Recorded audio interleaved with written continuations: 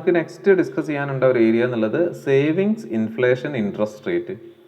ഈ 3 ഫാക്ടേഴ്സ് എങ്ങനെയാണ് നമ്മുടെ മാക്രോ എക്കണോമിക്സ് അല്ലെ നമ്മുടെ ഒരു ടോട്ടൽ എക്കണോമീനെ, സ്റ്റോക്ക് മാർക്കറ്റിനെ എങ്ങനെയാണ് ഇൻഫ്ലുവൻസ് ചെയ്യുക എന്നുള്ളതാണ് നോക്കുന്നത്. അതിൽ ഫസ്റ്റ് ഫാക്ടർ സേവിങ്സ് ആണ്. അപ്പം സേവിങ്സ്, ഇൻവെസ്റ്റ്മെൻറ്റ്. ഇനി എന്താണ് സിമ്പിൾ സേവിങ്സ് എന്ന് ചോദിച്ചു കഴിഞ്ഞാൽ, സേവിങ്സ് എന്നുള്ളത് നമ്മുടെ ഇൻകം മൈനസ് എക്സ്പെൻഡിച്ചേഴ്സ് ആണ്.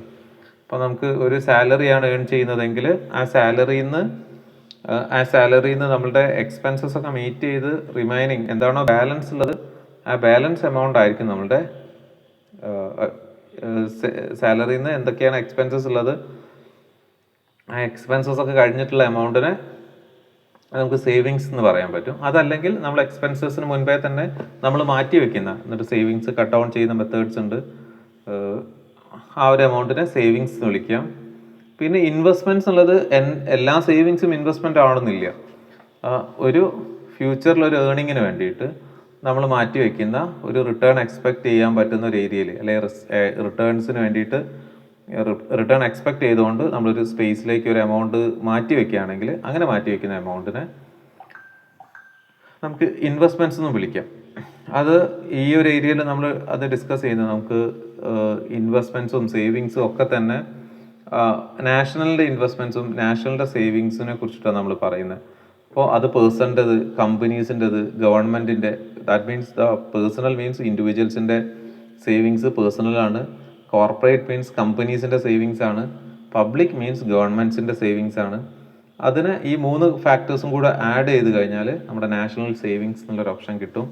അപ്പോൾ നമ്മുടെ നാഷണൽ സേവിങ്സ് എങ്ങനെയാണ്, നാഷണൽ ഇൻവെസ്റ്റ്മെൻറ്റ് എങ്ങനെയാണ്, അതിൻ്റെ ഒരു പാറ്റേൺ, അത് എത്രത്തോളം ഉണ്ട് എന്നുള്ളതല്ല, അതിൻ്റെ ഒരു പാറ്റേൺ എങ്ങനെയാണെന്നുള്ളത് അനലൈസ് ചെയ്യുക എന്നുള്ളതാണ് ഏറ്റവും പ്രധാനപ്പെട്ടത്. ഇപ്പം ഒരു 10 ഇയേഴ്സ് 20 ഇയേഴ്സ് അല്ലെങ്കിൽ 30 ഇയേഴ്സ് മുൻപേ ഒക്കെ ഉള്ള ആളുകൾ അവർക്ക് കിട്ടുന്ന ചെറിയൊരു എമൗണ്ട് കുറേ കൂടെ സേവ് ചെയ്യാനായിരുന്നു ശ്രമിച്ചിട്ടുണ്ടായിരുന്നത്.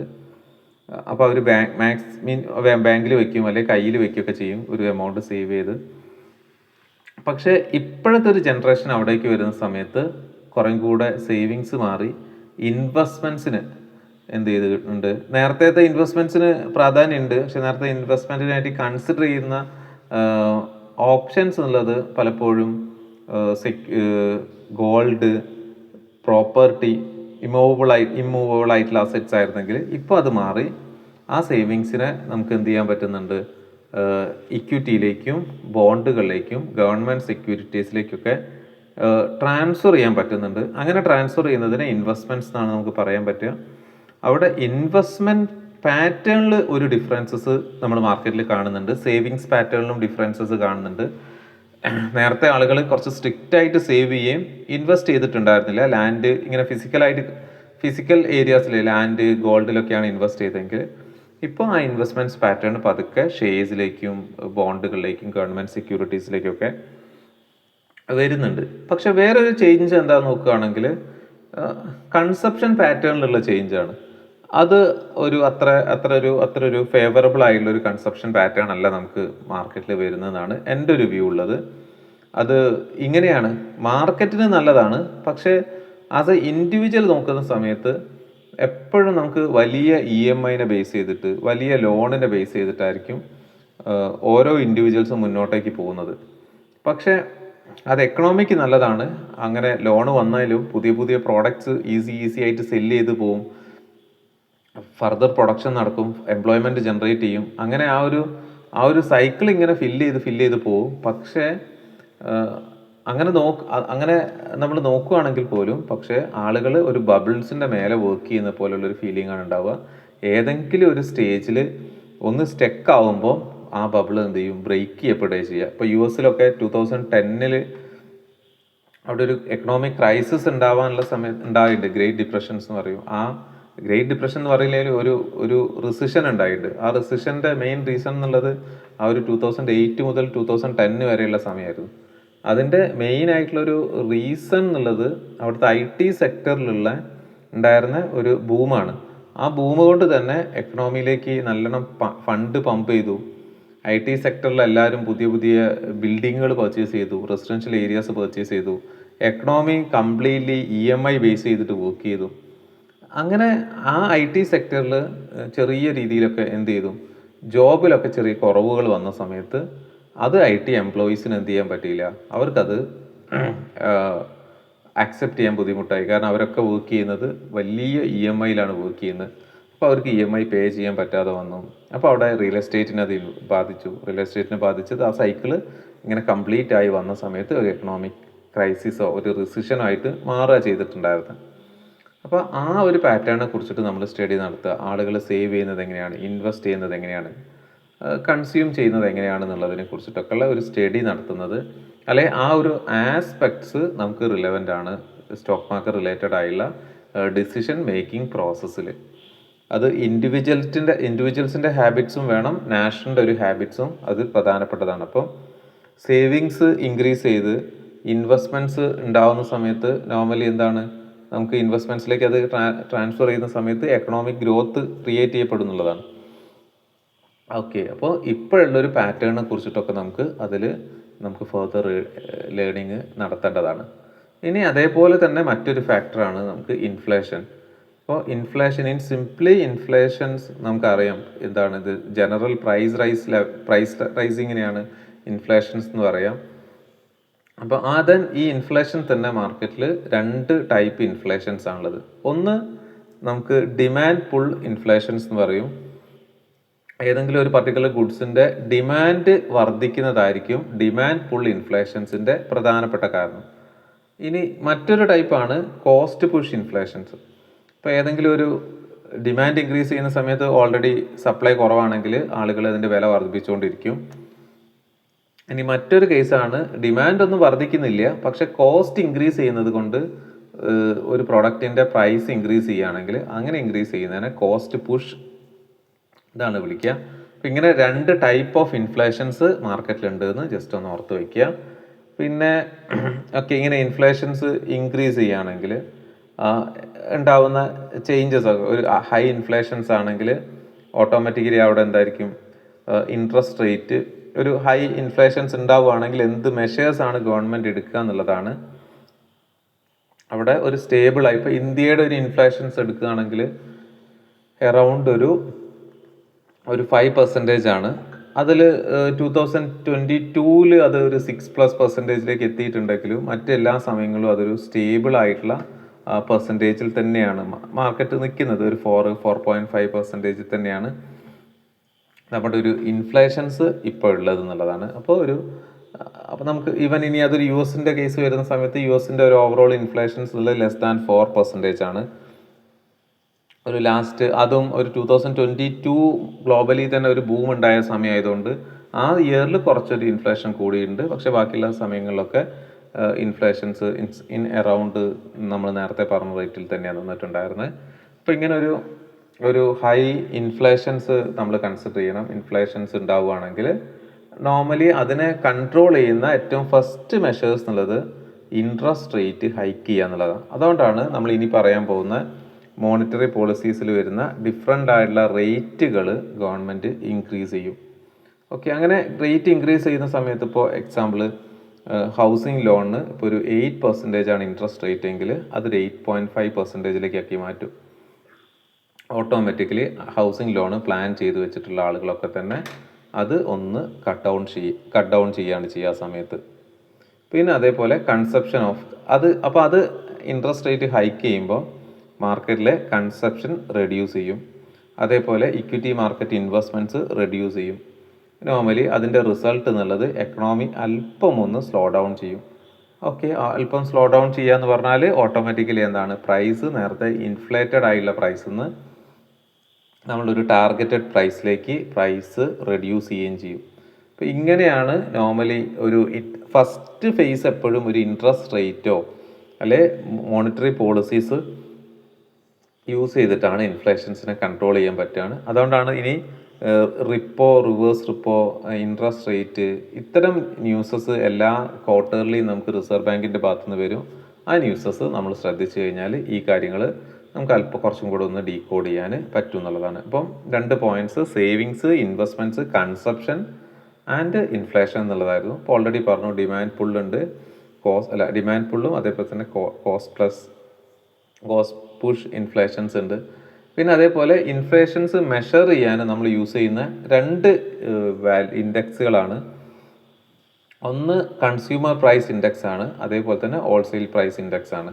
കൺസ്യൂമർ പ്രൈസ് ഇൻഡെക്സ് എന്നുള്ളത് റീറ്റെയിൽ ലെവലാണ്. നമ്മൾ ഒരു സാധനം വാങ്ങുമ്പോൾ അതിന് എന്ത് ഇൻഫ്ലേഷനാണ്, അല്ലെങ്കിൽ ഒരു ലാസ്റ്റ് ഒരു 1 ഇയർ പീരീഡ് ഓഫ് ടൈമിൽ ആ ഒരു പ്രൊഡക്റ്റിന് എത്ര പെർസെൻറ്റേജ് ആണ് പ്രൈസ് ചേഞ്ചസ് ഉണ്ടാക്കിയെന്നുള്ളത് മെഷർ ചെയ്യുന്നതിനെയാണ് കൺസ്യൂമർ പ്രൈസ് ഇൻഡെക്സ് എന്ന് വിളിക്കുന്നത്. അതേപോലെ ഹോൾസെയിൽ പ്രൈസ് ഇൻഡെക്സ് എന്ന് പറയുന്നത് സെയിം തന്നെ, സെയിം പ്രോഡക്റ്റ് അല്ലെങ്കിൽ വേറെ ഏതെങ്കിലും പ്രോഡക്റ്റിൻ്റെ ഹോൾസെയിൽ പ്രൈസിൽ 2 പീരീഡ്സ് തമ്മിൽ എന്ത് പ്രൈസ് ചേഞ്ച് എത്ര വന്നു, അത് എത്ര പെർസെൻറ്റേജ് ചേഞ്ച് ആണെന്നുള്ളതാണ് ഹോൾസെയിൽ പ്രൈസ് ഇൻഡെക്സിൽ മെഷർ ചെയ്യുക. അതിൽ ഒരു ഒരു ജനറൽ ഇൻഡെക്സും ഉണ്ടാവും, സെക്ടറൽ സ്പെസിഫിക് ഇൻഡെക്സുകളും വർക്ക് ചെയ്യും. അതേപോലെ നമുക്ക് എന്ത് ചെയ്യാം, ഡെയിലി ഓരോ ഐറ്റംസ് വാങ്ങുന്ന ആളുകളാണെങ്കിൽ അവർ പർട്ടിക്കുലർ ഐറ്റത്തിൻ്റെ പ്രൈസ് തന്നെ അവരെന്ത് ചെയ്യും, അതിൻ്റെ ഇൻഫ്ലേഷൻ റേറ്റും നമുക്ക് കാൽക്കുലേറ്റ് ചെയ്ത് നോക്കാൻ പറ്റും.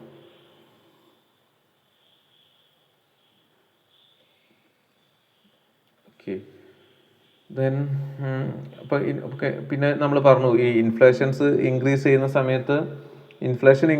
സമയത്ത് ഓട്ടോമാറ്റിക്കലി നമ്മൾ ഇൻട്രസ്റ്റ് റേറ്റ് ഇൻക്രീസ് ചെയ്യും. അപ്പോൾ ഇൻട്രസ്റ്റ് റേറ്റ് ഇൻക്രീസ് ചെയ്യുന്ന സമയത്ത് ഓട്ടോമാറ്റിക്കലി നടക്കുക എന്താണെന്ന് ചോദിച്ചാൽ നമ്മുടെ ലോൺ എടുക്കുന്നത് റെഡ്യൂസ് ചെയ്യും. അതേപോലെ തന്നെ നമ്മൾ ആളുകൾ സേവ് ചെയ്യുന്നത് ഇൻക്രീസും ചെയ്യും. കാരണം ഇൻട്രസ്റ്റ് റേറ്റ് ഹൈ ലഭിക്കുകയല്ലേ, കൂടുതൽ ഇൻട്രസ്റ്റ് റേറ്റ് കിട്ടുകയല്ലേ. കൂടുതൽ ഇൻട്രസ്റ്റ് റേറ്റ് ലഭിക്കുന്ന സമയത്ത് ആളുകൾക്ക് അത് കുറച്ച് ഫേവറബിൾ ആയിട്ടുള്ള ഒരു ഫാക്ടർ ആയതുകൊണ്ട് ഇപ്പോൾ ഒരു 7% ഇൻട്രസ്റ്റ് ലഭിച്ചിട്ടുണ്ടായിരുന്ന ഒരാൾ ഒരു 8%ലേക്ക് മാറിക്കഴിഞ്ഞാൽ നോർമലി ഇപ്പോൾ ഒരു ബാങ്കിലേക്ക് ഇൻവെസ്റ്റ് ചെയ്യാൻ റെഡിയാണ്, അല്ലെങ്കിൽ ഒരു ബാങ്കിൽ കുറച്ച് പൈസ ഇടാൻ റെഡിയാണെന്ന് പറയുന്ന ആളുകൾ ഓട്ടോമാറ്റിക്കലി ഇടും. കാരണം അത് റെഡ്യൂസ് ചെയ്യുന്നത് നമ്മുടെ കൺസപ്ഷനെയും ഇൻവെസ്റ്റ്മെൻറ്റിനെയും റെഡ്യൂസ് ചെയ്യും. ഓട്ടോമാറ്റിക്കലി മാർക്കറ്റ് ഒന്ന് സ്ലോ ഡൗൺ ചെയ്യും. അങ്ങനെ ഹയർ പ്രൈസിനെ നമുക്ക് എന്ത് ചെയ്യാൻ പറ്റും, കട്ട് ഡൗൺ ചെയ്യാൻ പറ്റും എന്നുള്ളതാണ്. അപ്പോൾ നേരത്തെ പറഞ്ഞ സെയിം കോൺസെപ്റ്റ് തന്നെയാണ്. ജസ്റ്റ് അതുകൊണ്ട് തന്നെ നമ്മൾ നേരത്തെ ആ GDP നമ്മൾ പഠിക്കുന്ന സമയത്ത് ആ ഒരു ഡാറ്റയിലേക്ക് എന്ത് ചെയ്യാം, നമ്മളുടെ കൺസ്യൂമർ പ്രൈസ് ഇൻഡെക്സ് കൂടെ ജസ്റ്റ് ഒന്ന് ആഡ് ചെയ്യാം. കാരണം എങ്ങനെയാണ് നമ്മളൊരു ഇൻഫ്ലേഷൻസ് എങ്ങനെയാണ് ലാസ്റ്റ് ഒരു 5 ഇയേഴ്സിലെ ഇൻഫ്ലേഷൻസ് എങ്ങനെയാണ്, 10 ഇയേഴ്സിൻ്റെ ഇൻഫ്ലേഷൻസ് എങ്ങനെയാണെന്നുള്ളത് അതിൽ കൺസ്യൂമർ പ്രൈസ് ഇൻഡെക്സ് എടുത്താൽ മതി. ഹോൾസെയിൽ പ്രൈസ് ഇൻഡെക്സ് ഉണ്ട്, അതേപോലെ തന്നെ കൺസ്യൂമർ പ്രൈസ് ഇൻഡെക്സും ഉണ്ട്. അപ്പോൾ ആ ഒരു ഫാക്റ്റും കൂടെ ജസ്റ്റ് നമ്മളൊന്ന് എന്ത് ചെയ്യുക, ചെക്ക് ചെയ്ത് വെക്കുക.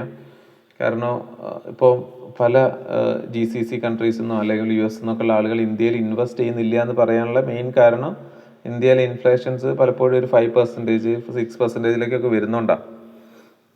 അപ്പം 6%ലേക്കൊക്കെ വന്ന് അവർ ഇൻവെസ്റ്റ് ചെയ്ത് 1 ഇയർ കഴിയുമ്പോഴേക്കും അവർക്ക് റിട്ടേൺ ലഭിക്കുന്ന സമയത്ത് ഈ ഇൻഫ്ലേഷൻ്റെ ഒരു എഫക്റ്റ് ഉണ്ട്, പ്ലസ് അവർക്ക് ഫോറിൻ എക്സ്ചേഞ്ചിൽ ഉണ്ടാകുന്ന ചേഞ്ചസ് ഉണ്ട്. ഇതെല്ലാം ചെയ്ത് കഴിഞ്ഞിട്ടൊരു പ്രോഫിറ്റ് കിട്ടാത്ത സാഹചര്യം ഉണ്ടാവും. അപ്പോൾ അതിനെ മാനേജ് ചെയ്യാൻ പറ്റാത്തതുകൊണ്ടാണ് പലരും എന്ത് ചെയ്യാറ്, മാർക്കറ്റിൽ നിന്ന് പുറത്തേക്കൊക്കെ പോവാറ്. അപ്പോൾ ജസ്റ്റ് അതൊന്ന് നിങ്ങൾ ആ ഒരു കാര്യം കൂടെ ജസ്റ്റ് കളക്ട് ചെയ്യുന്ന നേരത്തെ നമ്മൾ ആ ഇന്ത്യയുടെ GDPയും ഇൻഡെക്സും തമ്മിലുള്ള കമ്പാരിസണിൽ കൺസ്യൂമർ പ്രൈസ് ഇൻഡെക്സും കൂടെ ജസ്റ്റ് ഒന്ന് ആഡ് ചെയ്താൽ മതി. ഒരു അസൈൻമെൻറ്റ് എന്തായാലും സാറ്റർഡേ സൺഡേ നിങ്ങൾ ജസ്റ്റ് ഒന്ന് നോക്കിയാൽ മതി. ഓക്കെ, പിന്നെ നമുക്ക് ജസ്റ്റ് ഈ അൺഎംപ്ലോയ്മെൻറ്റ് ഡാറ്റയും കൂടി എടുത്തിട്ട് നമ്മളൊരു ഡിസ്കഷൻസ് എടുത്തിട്ട് നമുക്ക് ഇന്നത്തെ സെഷൻ വൈൻഡപ്പ് ചെയ്യാം. ബാക്കി നാളെ മോർണിംഗ് നമുക്ക് തീർക്കാം. പിന്നെ ഇതേപോലെ അൺഎംപ്ലോയ്മെൻറ്റ് റേറ്റ് എന്നുള്ളത് എക്കണോമിക്ക് ഒരു കോൺഫിഡൻസ് റെഡ്യൂസ് ചെയ്യുന്ന ഒരു ഫാക്ടറാണ്. ഇപ്പം നിങ്ങൾ കേട്ടിട്ടുണ്ടോയെന്ന് അറിയില്ല, നമ്മൾ ഇന്നലെ കഴിഞ്ഞ ദിവസം പറഞ്ഞിട്ടുണ്ട്, കോറോ ഹെൽത്ത് എന്നുള്ള ഒരു കമ്പനി എന്ത് ചെയ്തിട്ടുണ്ട്, എറണാകുളത്തും കോഴിക്കോടുമായിട്ട് ഒരു 800-900 ആളുകളെ ലേ ഓഫ് ചെയ്തിട്ടുണ്ട്. പക്ഷേ അത്രയും ആളുകളെ ലേ ഓഫ് ചെയ്യുന്നത് കമ്പനി ഒരു സ്ട്രഗിളിങ് പീരീഡാണ്, ലേ ഓഫ് ചെയ്യുന്നതിന് തെറ്റൊന്നുമില്ല. പക്ഷെ അത് ഒരു ഗവൺമെൻറ് അതിനെ അഡ്രസ്സ് ചെയ്യുന്ന സമയത്ത് അത്രയും വലിയൊരു ലേ ഓഫ് വരുമ്പം അത് പബ്ലിക്കിനിടയിൽ ഉണ്ടാക്കുന്ന ഒരു കോൺഫിഡൻസ് ഇഷ്യൂ വളരെ വലുതാണെന്നുള്ളതാണ്. അപ്പോൾ നമ്മുടെ മാർക്കറ്റിൽ ലേ ഓഫ് നടക്കുന്നുണ്ട്, ക്രൈസിസ് ആണ്. അപ്പോൾ നമ്മൾ കുറച്ചും കൂടി ഒന്ന് ശ്രദ്ധിച്ച് മുന്നോട്ടേക്ക് പോകണം എന്നുള്ള ഒരു മെസ്സേജാണ് അതിൽ നിന്ന് സ്പ്രെഡ് ചെയ്യുക. ആ മെസ്സേജ് ഒരു നെഗറ്റീവ് ആയതുകൊണ്ടാണ് ഇതിന് കൂടുതലൊരു ഇമ്പോർട്ടൻസ് കൊടുക്കുന്നത്. അതേപോലെ തന്നെയാണ് അൺഎംപ്ലോയ്മെൻറ്റ് റേറ്റ് എന്നത് the percentage of people willing and able to work but not employed എന്നുള്ള കാറ്റഗറിയാണ്. അവർക്ക് എന്തുണ്ട്, ജോബ് ഉണ്ട്, അല്ല മീൻസ് ഏബിൾ ആണ്, വർക്ക് ചെയ്യാൻ റെഡിയാണ്, പക്ഷേ അവർക്ക് അവരുടെ ക്വാളിഫിക്കേഷൻസ് അനുസരിച്ച് ജോബ് ഐഡൻറ്റിഫൈ ചെയ്യാൻ പറ്റാത്ത സെനാരിയോ ആണ്. അപ്പോൾ ഇത് ഇൻഡിക്കേറ്റ് ചെയ്യുന്ന ഒരു ഹെൽത്താണ്, എക്കണോമി എത്രത്തോളം ഹെൽത്തിയാണ്. അപ്പോൾ അൺഎംപ്ലോയ്മെൻറ്റ് റേറ്റ് ഏറ്റവും മിനിമം ആണെങ്കിൽ നമ്മുടെ എക്കണോമിയുടെ ഹെൽത്ത് എന്നുള്ളത് ഭയങ്കര ഹൈ ആയിട്ടുള്ളതാണ്. അപ്പോൾ അതുകൊണ്ടാണ് US അൺഎംപ്ലോയ്മെൻറ്റ് ഡാറ്റയൊക്കെ വരുന്ന സമയത്ത് അതിൽ ചെറിയൊരു പെർസെൻറ്റേജ് നെഗറ്റീവ് ആണെങ്കിൽ പോലും അത് മാർക്കറ്റിനെ നല്ല രീതിയിൽ എന്ത് ചെയ്യും, ഇൻഫ്ലുവൻസ് ചെയ്യും. ആ മാർക്കറ്റ് 1%, 2% ഒക്കെ വരെ മാർക്കറ്റ് താഴെ പോകുന്ന സെനാരിയോസ് ഉണ്ടാവാറുണ്ട്. അപ്പോൾ ജസ്റ്റ് ആ ഒരു ഫാക്ടറും കൂടെ ഒന്ന് നോക്കി വയ്ക്കുക. പിന്നെ ഈ അൺഎംപ്ലോയ്മെൻറ്റും നമ്മുടെ എക്കണോമിക് സൈക്കിളും വളരെ കണക്റ്റഡാണ്.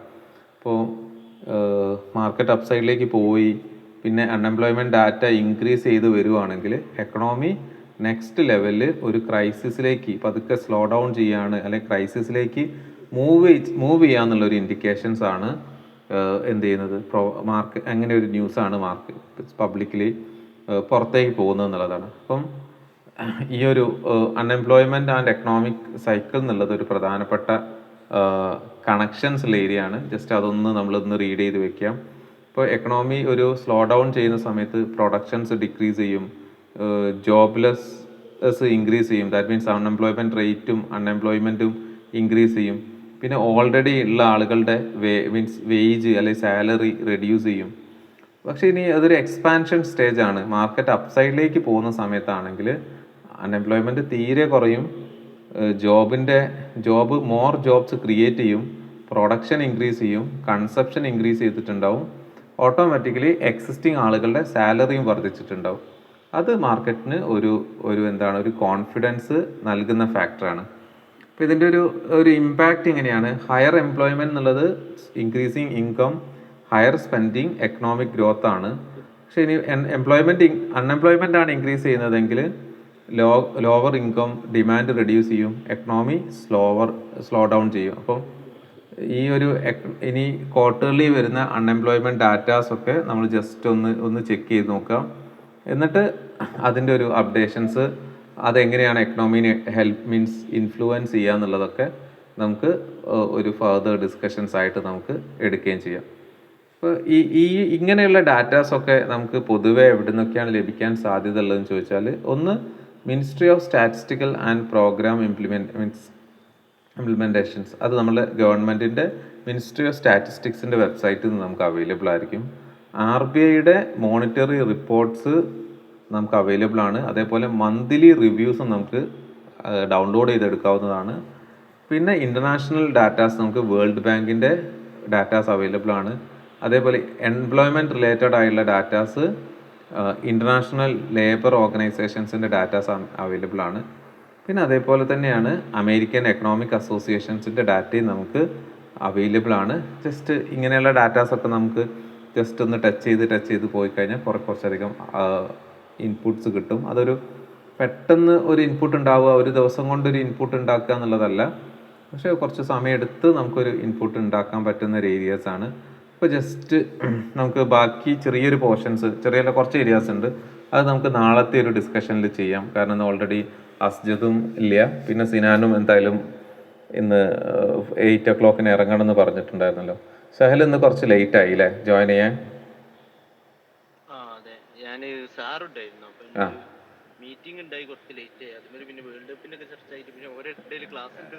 ഇല്ല, പിന്നെ നമുക്ക് അങ്ങനെ ഒരു ഇറങ്ങാനും പറ്റില്ല. അതെ, ഒരു സോഷ്യൽ ഒരു എൻവയോൺമെന്റ് നമുക്ക് അങ്ങനെ ഇറങ്ങാൻ പറ്റില്ലല്ലോ.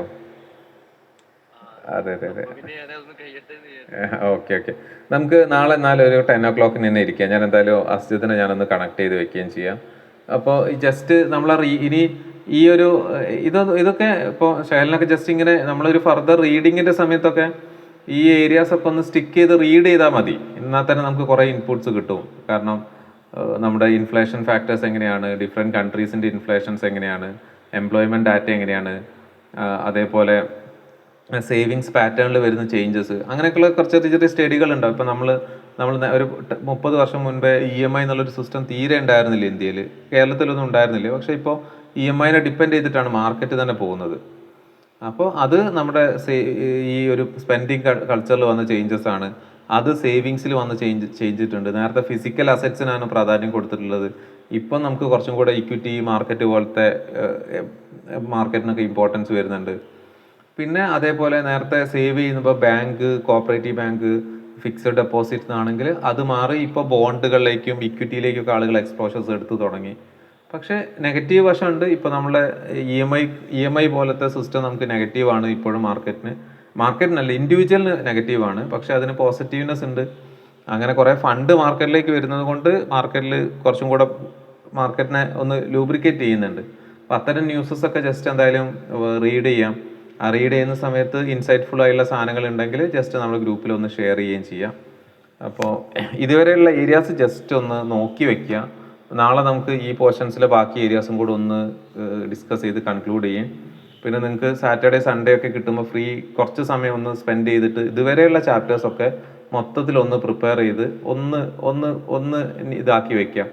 കാരണം എന്താ വെച്ചാൽ ഇനി അങ്ങോട്ടേക്ക് നമ്മൾ കുറച്ചും കൂടെ ഇങ്ങനെ പോകുമ്പോൾ പിന്നെ നമുക്കൊന്ന് ജസ്റ്റ് ഒന്ന് റീകോൾ ചെയ്താൽ മതിയാവണം എന്നുള്ള രീതിയിൽ. കാരണം എക്സാം ആകുമ്പോൾ ഇത് ഫസ്റ്റ് മുതൽ ലാസ്റ്റ് വരെയുള്ള ഒരു ക്വസ്റ്റ്യൻസ് ഒക്കെ നമുക്ക് ഉണ്ടാവുമല്ലോ. അപ്പോൾ അതിനൊന്ന് നമ്മളിങ്ങനെ ഹറിബറി ആവാതെ അതിൻ്റെ എന്ത് ചെയ്യാം, അത് മീൻസ് നമ്മളതിൽ ഇൻഡെപ്ത് ആയിട്ട് പോയി തന്നെ പ്രിപ്പയർഡ് ആവാനുള്ള സമയം ഉണ്ടാവും. അപ്പോൾ ജസ്റ്റ് എല്ലാ പോർഷൻസും ഒന്ന് നോക്കി വെക്കുക. ബാക്കി നമുക്ക് നാളെ 10 o'clock മീറ്റ് ചെയ്യാം. ഓ ശരി.